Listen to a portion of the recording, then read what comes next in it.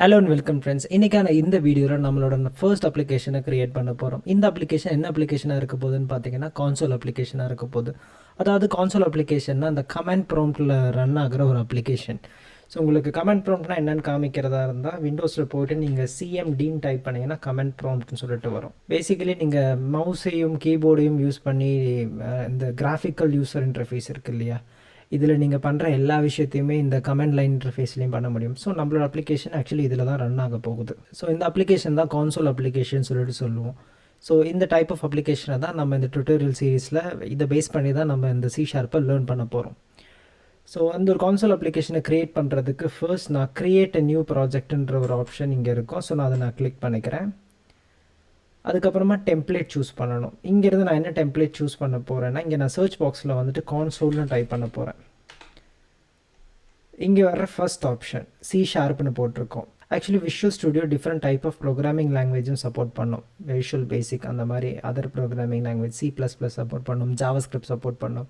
So நம்ம இந்த டுட்டோரியலில் C# தான் லேர்ன் பண்ண போகிறோம். ஸோ C# இருக்கிற கான்சோல் அப்ளிகேஷன் நம்ம செலக்ட் பண்ண போகிறோம்.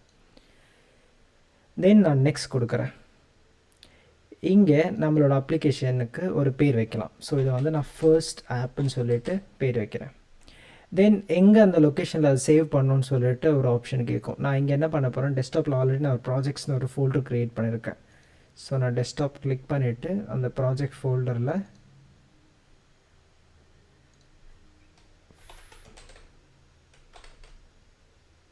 ஃபர்ஸ்ட் ஆப்னு சொல்லிட்டு ஒரு ஃபோல்டர் க்ரியேட் பண்ணி அதுக்குள்ளே நான் போடுறேன்.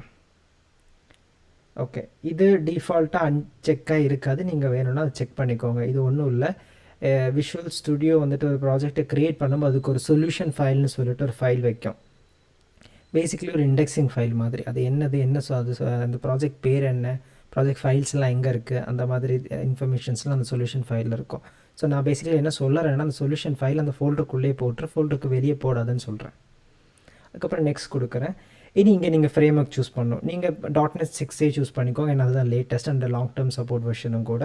ஸோ அதை சூஸ் பண்ணிட்டு வேறு எந்த செட்டிங்ஸும் சேஞ்ச் பண்ணாமல் ஜஸ்ட் க்ரியேட் மட்டும் கொடுத்துட்டிங்கன்னா உங்கள் ப்ராஜெக்ட் க்ரியேட் ஆக ஸ்டார்ட் ஆகிடும்.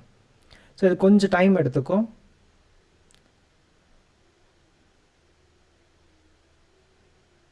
ஓகே, இதுதான் நம்மளோட ஃபர்ஸ்ட் அப்ளிகேஷன். இப்போ இதை ரன் பண்ணுறதுக்கு இங்கே டாப்பில் நம்ம அப்ளிகேஷன் பேர் இருக்கும், ஒரு ப்ளே பட்டன் மாதிரி. ஸோ அதை நீங்கள் கிளிக் பண்ணிங்கன்னா அந்த ப்ராஜெக்ட் பில்ட் ஆகிட்டு ரன் ஆக ஆரம்பிக்கும். இந்த மாதிரி நான் சொன்னல கான்சோல், அந்த கான்சோலில் இது அப்படியே உங்களுக்கு அந்த ப்ரோக்ராம் ரன் ஆக ஸ்டார்ட் ஆகிடும். ஸோ இங்கே ஜஸ்ட் ஹலோ வேர்ல்டுன்னு பிரிண்ட் ஆகிருக்கு, ஏன்னா அது இங்கே இருக்குது. ஓகே, நம்ம சக்ஸஸ்ஃபுல்லாக நம்மளோட ஃபர்ஸ்ட் அப்ளிகேஷனை க்ரியேட் பண்ணிட்டோம். இனி இது எப்படி இப்படி ஒர்க் ஆகுது, எப்படி ஸ்டார்ட் பண்ண, இது எப்படி இந்த டெக்ஸ்ட் பிரிண்ட் பண்ணுது அண்ட் இதெல்லாம் எப்படி ஒர்க் ஆகுதுன்றதை பற்றி எல்லாம் இனி வரக்கூடிய வீடியோஸில் தெளிவாக பார்க்கலாம். ஸோ உங்களை நான் அடுத்த வீடியோவில் பார்க்குறது வரைக்கும் take care and bye bye.